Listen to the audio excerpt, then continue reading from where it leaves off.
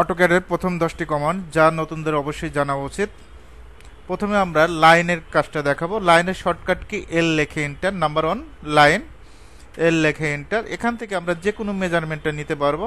আমরা যদি F8 দেই, এখান থেকে যদি 5 ফিট নেই 5 ফিট, ওকে। এদিকে যদি আর একটা লাইন নেই 7 ফিট, ওকে। আমরা এদিকে 5 ফিট, এদিকে 7 ফিট। এখন নাম্বার 2 ডাইমেনশন, ডাইমেনশন চেক দিতে হবে। এই লাইনের মেজারমেন্টটা কত আছে এটা তো ডাইমেনশন দিয়েই চেক দিতে হবে। ডাইমেনশন শর্টকাট DLI লেখে enter. First point, second point 5 feet, একইভাবে first point, second point, okay. Number 3 circle, C লেখে এন্টার। এখান থেকে আমরা 20 ইঞ্চি সার্কেল নেব, 20, ওকে। আশা করি নিতে পারবেন। আমরা যদি 10 ইঞ্চি সার্কেল নেই, সি লেখে এন্টার। এই পয়েন্ট থেকে 10 দিয়ে সার্কেল নিতে পারবো, ওকে। এখন আমরা যে কাজটা করব, রেক্ট্যাঙ্গেলের কাজটা, বিশেষ করে রেক্ট্যাঙ্গেল যে আমরা কলাম তৈরির ক্ষেত্রে ব্যবহার করি। Number 4 rectangle REC, rectangle shortcut. একটা কলাম সাইজ আছে একদিকে 25 ইঞ্চি, ওকে, আর একদিকে 15 ইঞ্চি, ওকে। এখন যদি মেজারমেন্টে চেক দেই, DLI লেখে enter. First point, second point, okay. 24 আর 1 25 ইঞ্চি। টোটাল আমরা কয়টা কাজ শিখলাম? Line, dimension, circle, rectangle, okay, 4টা কাজ। এখন যদি আর একটা কলাম তৈরি করি REC, এখান থেকে একদিকে 15 ইঞ্চি, এদিকে 12 ইঞ্চি, ওকে। এভাবে রেক্ট্যাঙ্গেল দিয়ে কলাম সাইজ তৈরি করতে পারবেন। নাম্বার 5, অনেক জিনিস দেখবেন যে আমাদের কপি করার প্রয়োজন পড়ে। যদি আমরা এই কলামটাকে কপি করতে চাই, সেটা কিভাবে করব? জাস্ট সিলেক্ট করে কপিতে ক্লিক করবেন। নাম্বার 5 কপি, এভাবে কপিতে করতে পারবেন। এখন যদি বলেন যে আমি নির্দিষ্ট মেজারমেন্টে কপি করব, সিলেক্ট করে CP লেখে এন্টার। জাস্ট এই পয়েন্ট ধরবেন, পয়েন্ট ধরে আমরা 5 ফিট পরে কপি করব 5 ফিট, ওকে। এভাবে নির্দিষ্ট মেজারমেন্টে কপি করতে পারবেন। নাম্বার 6, অনেক জিনিস আমাদের মুভ করার প্রয়োজন পড়ে। কিভাবে করবেন? এই অবজেক্টটা সিলেক্ট করে M লেখে এন্টার। কি লেখে এন্টার? মুভের শর্টকাট M লেখে এন্টার।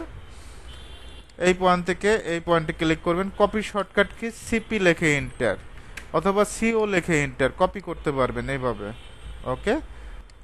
নাম্বার 7, অনেক সময় আমাদের মিরর করার প্রয়োজন পড়ে। একটা লাইন নেই,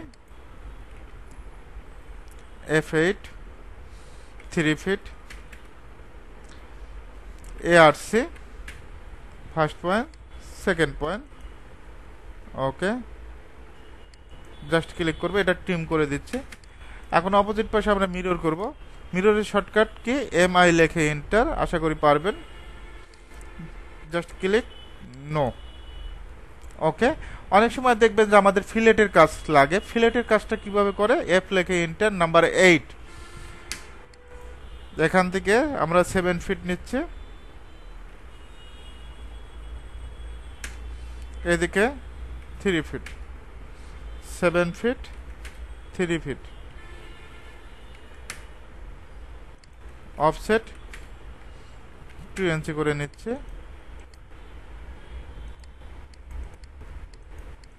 আমরা এটা ফিলেট কমান্ডের সাহায্যে জয়েন করব। F লেখে এন্টার। কি লেখে এন্টার? F লেখে এন্টার।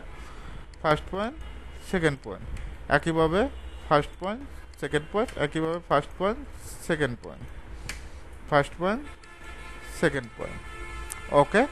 এখন অনেক সময় আমাদের লেখা প্রয়োজন পড়ে। কিভাবে লিখব? টেক্সটের নাম্বার 9, এটা টেক্সট কমান্ডের সাহায্যে লিখব। একটা বেডরুম ডিজাইন করি, সিঙ্গেল বেডরুম, REC, রেক্ট্যাঙ্গেল দিয়ে।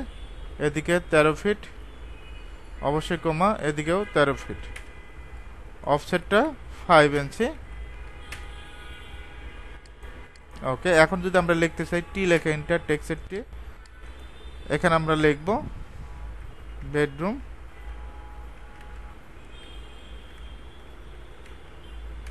এদিকে 13 ফিট,